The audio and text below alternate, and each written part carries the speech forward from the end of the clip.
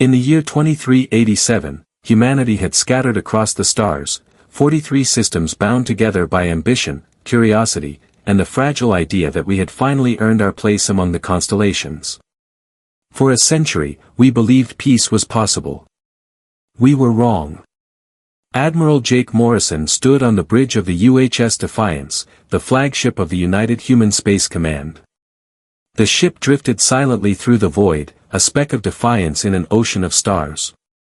The bridge lights pulsed softly against the polished metal, and beyond the wide viewport stretched the cold brilliance of deep space, infinite, eternal, and utterly indifferent. Morrison had served 30 years in the fleet. He'd fought in the Martian Rebellion, brokered the Titan Armistice, and watched humanity learn, painfully, that peace was not the same as safety. Yet nothing in his career had prepared him for what was coming. His officers worked in quiet rhythm around him. Commander Lisa Hayes, his tactical officer, moved with calm precision at her station, her gaze fixed on sensor readouts. Chief Engineer Frank Torres monitored the hum of the ship's reactors, a constant heartbeat of controlled fury. The ship vibrated softly beneath their feet, the sound of civilization held together by engineering and hope. The Defiance was on a routine patrol near the edge of human-occupied space. Nothing unusual. Until the silence broke. From the sensor station, Lieutenant Bobby Chin spoke with a tone that didn't belong on a peaceful bridge. "Admiral. I'm detecting movement. Deep space. Multiple contacts, incoming fast." Morrison turned, the small hairs on the back of his neck already rising. "How fast?" "Faster than anything we've ever recorded, sir. Faster than light, without a jump signature." The main display shimmered to life. Dots appeared, at first just a handful, then dozens, then hundreds. The screen bloomed with motion. And then, the ships came into view. They were not human. Dark, immense, and disturbingly graceful, the vessels glided through space as if swimming through the vacuum itself. Their hulls shimmered with energy patterns that rippled like liquid light, bending physics around them. Living armor. Motion like predation. The bridge fell silent except for the hum of machinery and the faint, uneven rhythm of human breathing. "They're forming up," Hayes whispered. "Perfect formation. No broadcast signals. No IFF. No response to hails." Her voice trembled just slightly. Predators did not announce themselves. They simply began the hunt. Admiral Morrison stared at the alien armada and felt the weight of centuries pressing on his shoulders. Humanity had dreamed of this moment, first contact, for generations. But every dream had been hopeful. Every vision painted the unknown as a mirror, something that would teach us who we were. This was no mirror. This was judgment. He ordered all human ships in the system to assume defensive positions, even though deep down he knew it was pointless. The aliens didn't move like explorers. They moved like conquerors who had done this before. Within minutes, the bridge lights flickered. A cold blue holographic light filled the air, and something enormous materialized in the center of the command deck. The creature stood 12 feet tall, clad in black armor that looked fused to its flesh. Its eyes burned with a cruel intelligence, and when it spoke, its voice carried the grinding echo of metal on stone. "I am War Marshal Vexthal of the Zelikari Empire," it said. "Your species has been deemed suitable for conquest. You will surrender your worlds and submit to our rule. Those who resist will be annihilated. 47 civilizations have fallen before us. You will be the 48th. The air on the bridge grew heavy, almost suffocating. Commander Hayes froze, her hands clenched on the console. Chen muttered something under his breath, a prayer, maybe. Morrison took a step forward. "This is Admiral Jake Morrison of the United Human Space Command. Humanity doesn't surrender. If you want our worlds, you'll have to take them." The alien's laugh was like glass breaking underwater. "Primitive confidence," Vexthal replied. "We have studied your technology. Your projectile weapons, your beams of energy, your nuclear detonations, all are useless. Our ships can phase through your attacks. Our weapons drain your energy shields. Our warriors regenerate from any wound. You possess nothing capable of harm. He raised one clawed hand.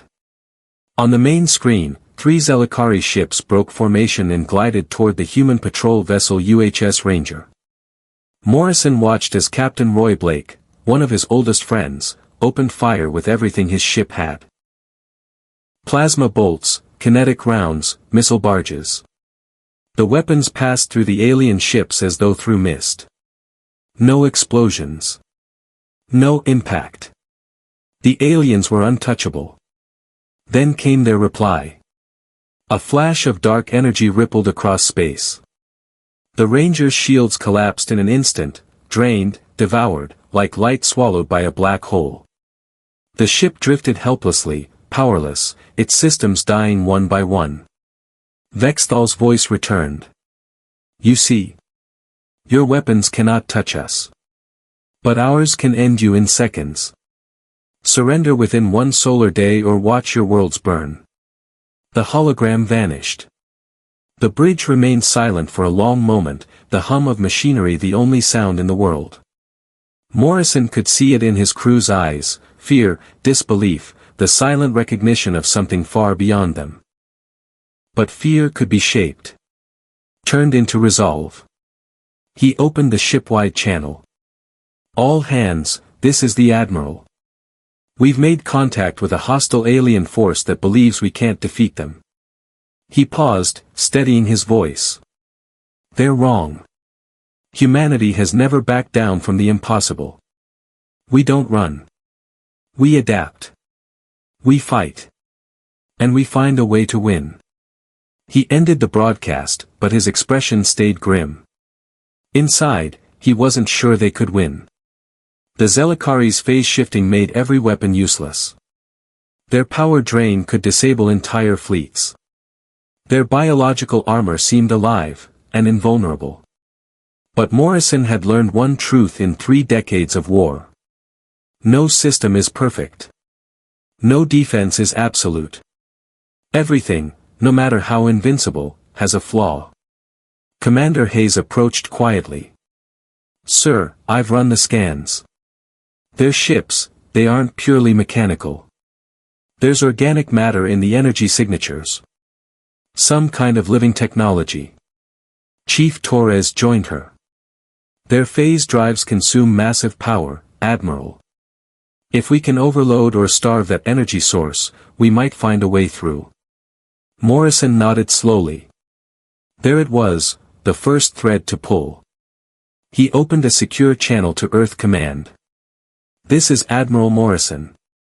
We've confirmed contact with an alien empire calling itself the Zelakari.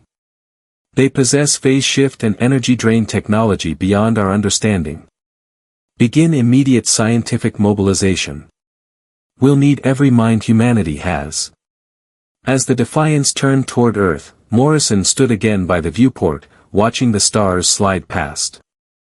Somewhere out there, the Zelakari fleet was preparing for war, confident in their invincibility. They had conquered 47 civilizations before us. But they had never faced humanity. Because humanity's greatest weapon has never been technology. Its imagination, the relentless refusal to accept that anything is truly impossible. In the cold silence between stars, the war for humanity's future had already begun. It began in silence. After the first encounter, the Zelakari Empire vanished beyond the edge of human space, leaving behind wreckage, fear, and a single message. Surrender or be erased.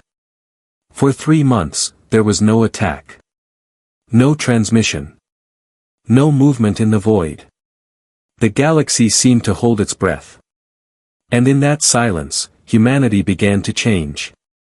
Deep beneath the frozen plains of Antarctica, in a facility that officially didn't exist, Earth Command initiated Project Retribution, the largest, most secret scientific operation in human history. Every surviving admiral, physicist, and engineer was summoned. Every barrier of politics and economy was erased.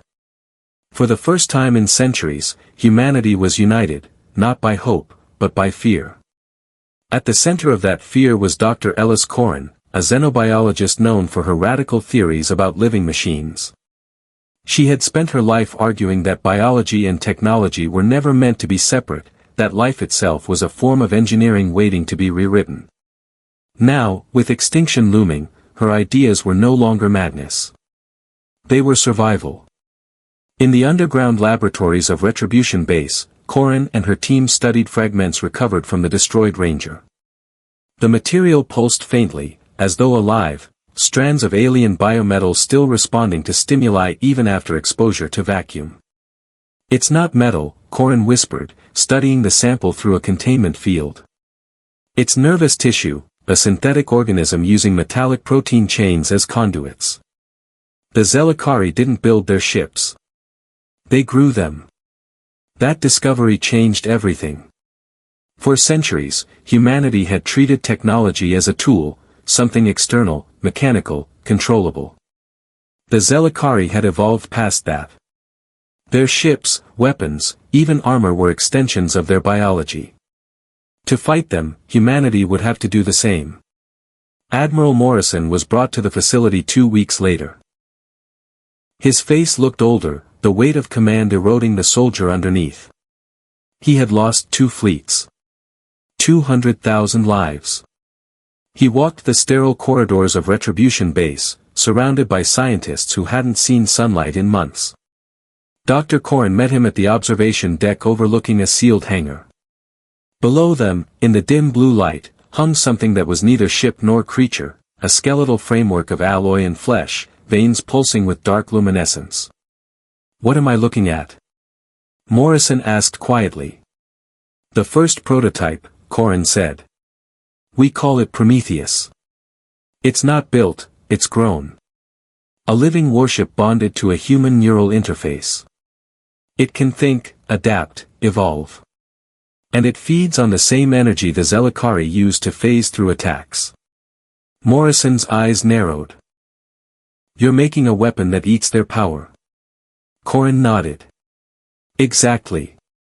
You can't destroy what you don't understand. But you can teach it to destroy itself." For months, the labs worked without sleep. 10 projects emerged from Retribution, each one an answer to a problem humanity wasn't supposed to solve. Each one a weapon the galaxy had never seen. Project Atlas, a gravitational singularity engine capable of creating localized black holes, to trap ships mid-phase. Project Nemesis, viral nanites that infect living metal, rewriting its genetic code. Project Halo, a psychic resonance array that amplifies human thought into electromagnetic interference, disrupting Zelakari coordination. Project Wraith, the first human vessel capable of true lightless stealth, bending not just light but causality itself. Project Seraph, bioarmor grown from human stem cells, bonded to the pilot like a second skin. Project Leviathan, a sentient dreadnought, designed to think and fight without human delay. Project Eden, a terraforming weapon that turns barren worlds into living traps. Project Echo, a signal distortion field, to make fleets appear where none exist. Project Oracle, a predictive AI trained on alien combat patterns, learning faster than any living brain. And finally, the heart of them all. Project Prometheus, a fusion of all others. A living, thinking warship with a human soul at its core. As Retribution advanced, something else began to change, something psychological. The fear that once paralyzed humanity began to invert. People stopped asking if they could survive. They started asking how much the enemy could endure. Earth's silence became a weapon. No transmissions. No counter-threats. No broadcasts to the galactic network. Just absence. The Zelakari believed humanity was paralyzed. But in truth, the silence was bait. While the galaxy watched and waited for the 48th conquest, Earth prepared for the first resurgence. Meanwhile, among the stars, the Zelakari began to notice anomalies. Ghost readings. Fleets appearing where none existed. Uninhabited moons transmitting false distress signals. Then, whole ships disappearing into dark space without a trace.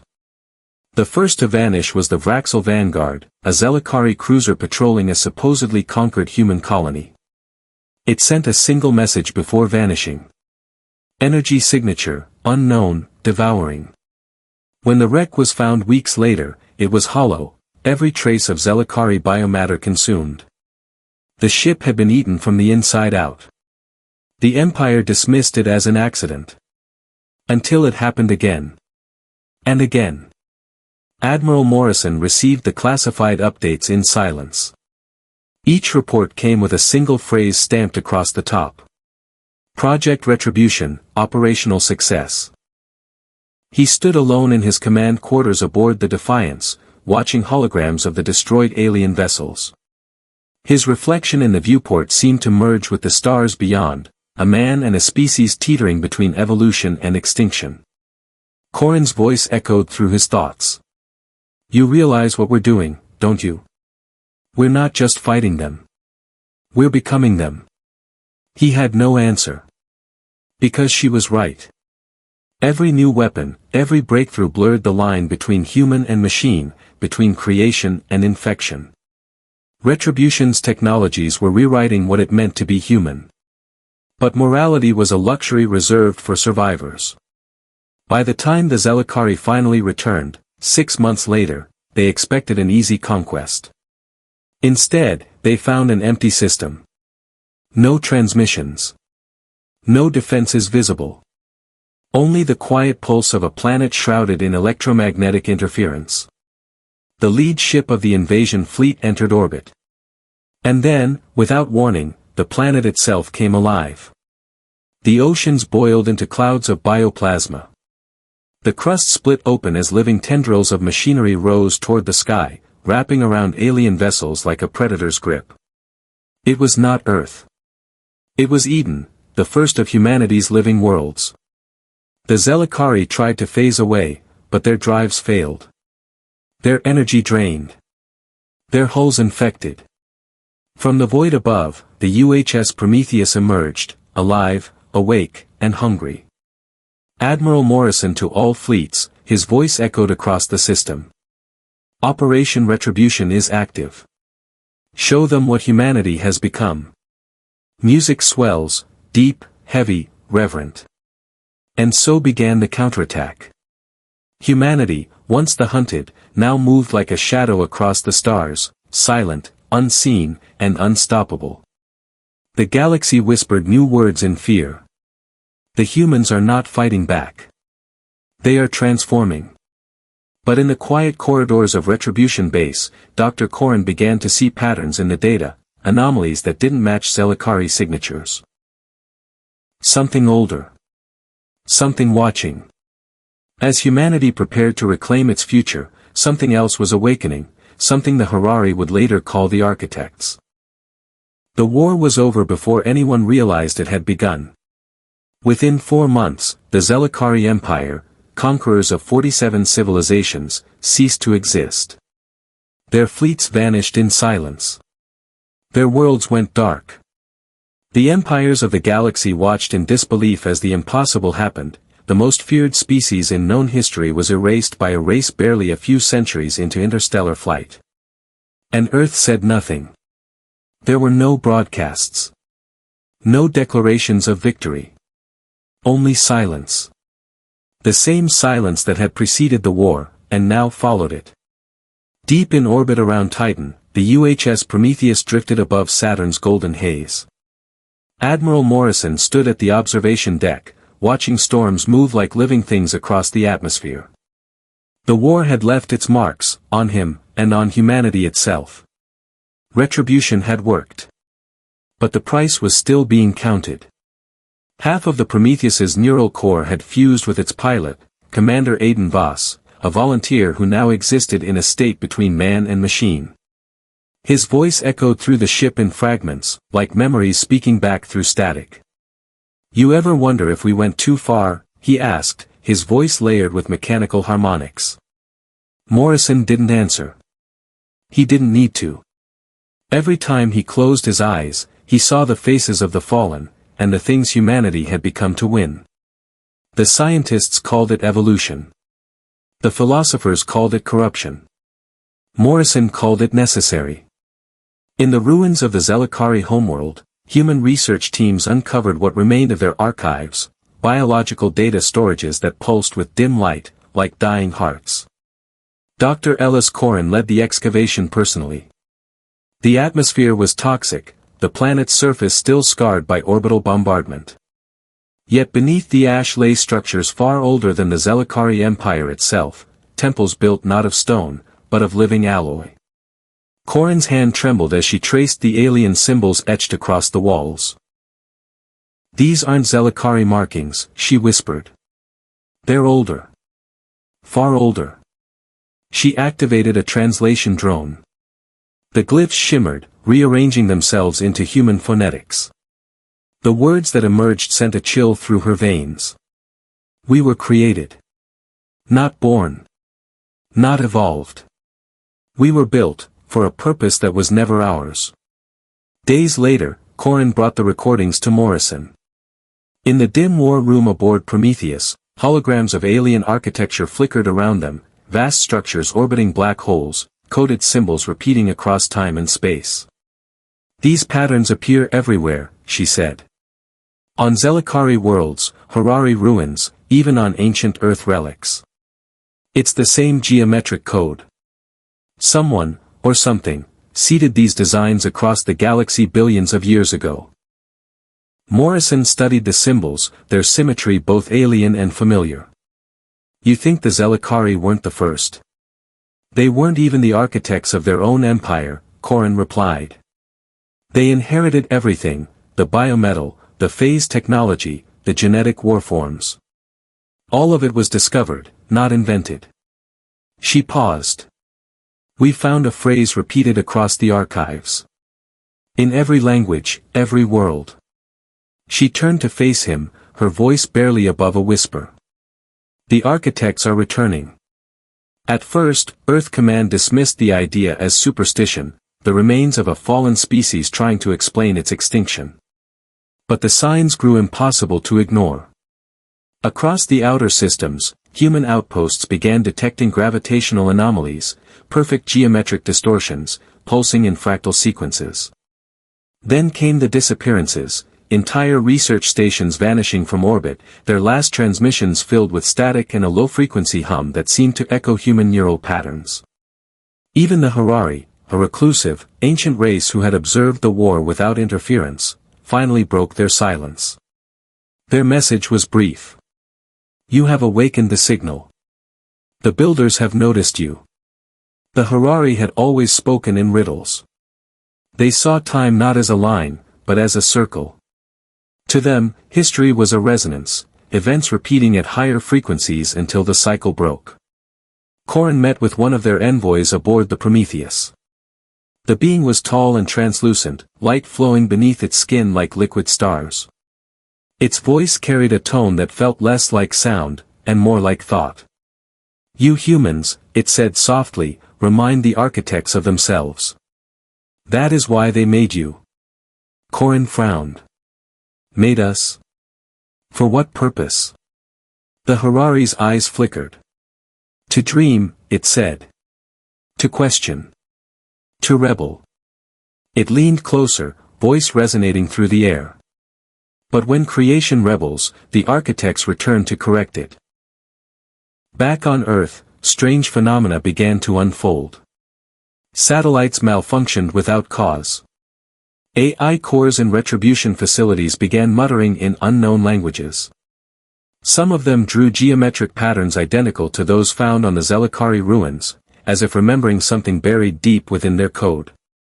And in the skies above the Pacific, astronomers detected an object beyond the Kuiper belt, vast, slow-moving, and radiating an impossible energy signature. It wasn't a ship. It wasn't an asteroid. It was a structure.